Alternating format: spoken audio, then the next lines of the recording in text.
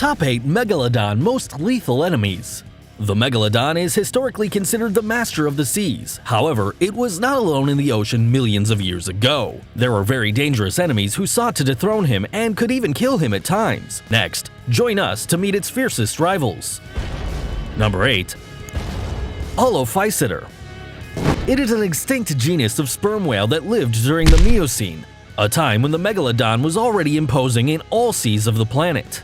Its remains were found on the North American coasts and in the Patagonian region of South America, but they are not necessarily places where it lived. It was related to other predatory whales like the Acrophyseter. However, there were those who had a resemblance to some fossils found in the Orosiderocetus genus.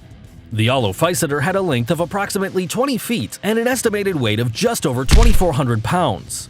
Their average lifespan was up to 60 years, in such a way that they fed themselves, probably evading or surviving many times the gigantic shark dominating the prehistoric waters. It was known as a great hunter of marine mammals and swimming in groups in order to form defensive blocks and create repel attacks against the largest beasts. It is clear to the naked eye that, regarding the dimensions, the Megalodon has a great advantage, but Olophyseter, a considerable predator, must have been a pain in the butt. Really annoying to anyone. Number 7. Cetotherium. Its name means whale beast, and it is a disappeared genus of Mysticetes cetacean linked with modern whales. It had a considerable length of 39.5 feet and was a predator of pointy and fearsome teeth, which it used to annihilate its favorite prey like fish and even other marine mammals. It lived during the Middle Miocene and early Pliocene in Eurasia and North America. Comparing their sizes, the Cetotherium definitely made the colossal 65.5-foot-long Megalodon vulnerable. However, before a full-developed one between 56 and 52 feet in length, it could be a victim, although it would have given a fierce fight. Its instinct would lead it to want to get rid of its way it is before a lethal threat. The thing is that, because its main source of food was very close to the surface of the oceans, the Cetotherium remained exposed to the largest predators of the time, such as the Megalodon itself, so their battles were constant, and the whale beast was always ready. Oh yeah! Number 6. Albacetus. It is a genus of extinct sperm whale that lived about 15 million years ago in the Middle Miocene. In 1909, it was discovered in Santa Barbara, California, where it is presumed to be a native. Years later, it would erroneously be classified as belonging to the Ontocetus genus, which referred to ancient walruses. However, they renamed it Albacetus, whose meaning is white whale. This is in reference to Moby Dick, the classic novel by the American writer Herman Melville, based on Captain Ahab's obsession with hunting a huge white sperm whale. What an inspiration! It had an estimated length of 26.2 feet, and although it was smaller than the Cetotherium, its sharp teeth and bulky body made it a predator ready for any type of combat in the waters of the Pacific. Against the Megalodon? Probably a great challenge, although, in short, we believe that he would have taken great pains to avoid it most of the time. And who doesn't? Number 5. Brygmophyseter shagensis. It is a species of extinct Odontocetes cetacean, which means jagged, that lived during the Miocene in Japanese waters. Well, it's believed that it also lived in all the oceans of the time. It is known as the teething sperm whale due to its formidable jaws with very long teeth similar to those of the Tyrannosaurus rex, with which it preyed on fish, pinnipeds, giant squids, and other cetaceans as part of its diet. In addition, it is said that it could have used echolocation to locate and disorient its prey in deep waters. Paleontologists calculated that it could have reached 39.5 feet in length, which is a little more than the current killer whales. The Brygmophyseter had the intelligence to take precautions and move in groups in case of any threat. Its head was used to ram its most potential rivals, so a team effort would have favored them for a better defense against enemy attacks. The Megalodon was surely capable of facing the collective supremacy of these marine creatures. A battle between the two must have been a spectacle. Can you imagine it? Better not to. Here, we show you how the duel was recreated in a chapter of the documentary series Jurassic Fight Club on the History Channel. Look, it's really shocking. Number 4. Rhamphosauchus. Called crocodile snout or crocodile with beak, it is an extinct crocodilian genus, whose appearance resembles the modern Malaysian false gavial. Why? Because its snout is proportionately thin and elongated compared to others. It lived during the Miocene in what is now the Indian subcontinent, and it is not known its preferences to navigate. It could inhabit rivers but also venture to submerge the seas, since using its large size calculated at approximately 49 feet long, it went fearlessly in search of its food, which was based on aquatic mammals and big fish. It is perhaps in this routine that he was able to run into the dreaded Megalodon, contesting a titanic battle between one of the greatest reptiles ever seen and the most gigantic shark in history. Extraordinary, right? Face to face, two beasts with the most lethal bites. Incredible! Now, a huge alligator called Purosaurus, who also lived during this era, was considered one of the largest crocodiles for its longitudinal similarity to the Ramphosuchus. And, like this one, it could be in the same conditions on the other side of the world, precisely in South America against the Megalodon.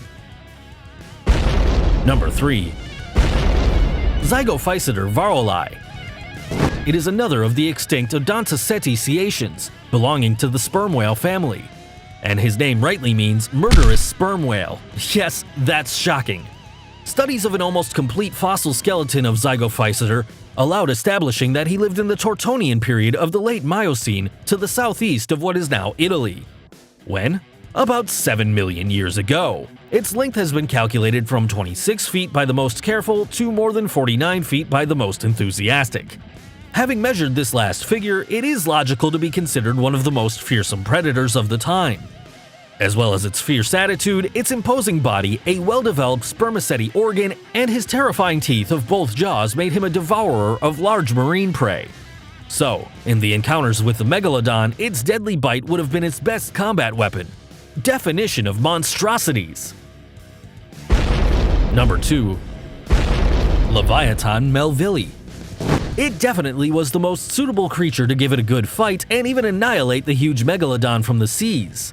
Its name is composed and comes from the word Leviathan, which is mentioned in the Bible to refer to aquatic monsters, and Melvillei, which is due to the last name of the American author of the famous novel Moby Dick, Herman Melville. Apparently, the researchers who gave him this name were great admirers. For sure!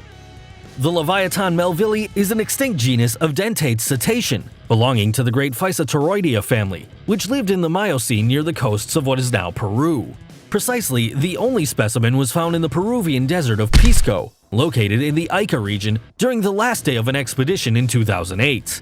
What was found were the fossil remains of a large part of a skull with several teeth. These were 40 in total and had a maximum length of 1.2 feet, so they are considered the largest ever seen in an animal in order to prey. Some mammals, such as the walrus or the elephant, have larger teeth. However, they do not use them directly to hunt and feed. The measurement of his skull was also established at 9.8 feet, and from there the experts were able to initiate studies to determine its dimensions. The Leviathan was compared with two other prehistoric whales to estimate its size. When homologated with the anatomy of the Physeter macrocephalus, the result of the total length was 44.3 feet, while with the Zygophyseter varolei, it was nothing more and nothing less than 57.5 feet. This measurement determined that it is catalogued like a super predator, comparable only with its colossal archenemy, the Megalodon. Although their closest relatives are currently sperm whales, the way to catch their prey was probably more like that of the killer whales. There are a couple of hypotheses about their hunting methodology. The first one suggests that it imprisoned its victims with its big jaw, and thanks to its tail, it got the necessary impulse to tear big pieces to such a point of killing them. The other hypothesis is that it beat its prisoners with its skull as a battering ram, provoking mortal internal wounds, and then took advantage of them to devour them with greater ease. A killing machine! Now, the Leviathan melvillei and the Carcharodon megalodon were not part of an imaginary world. They really existed and shared the same waters millions of years ago. Getting their favorite snacks may have triggered the bloodiest battles between them, but also, the absolute dominance of the seas could be a reason. Both beasts surely chose not to fight in some opportunities, but when they did, definitely both accumulated wins and losses. The greatest feats, only they did. Number 1. The worst enemy. Before ending this list of the most ruthless rivals of the Megalodon, it is important to point out that, although these beasts could generate greater problems in certain occasions, coming to hurt or even kill him, because none was as decisive for his end as this important environmental factor: climate change. As you hear it, climate change, termed as the transition from Pliocene to Pleistocene, was deadly to a multitude of sea creatures. This event signified the passage of global warming to an extensive glaciation, which produced an accelerated descent of the sea level and a sudden cooling of the oceans. Aquatic mammals were the most affected, and, to the surprise of many, of the 9% of the sharks that became extinct, the megalodon was part of that group.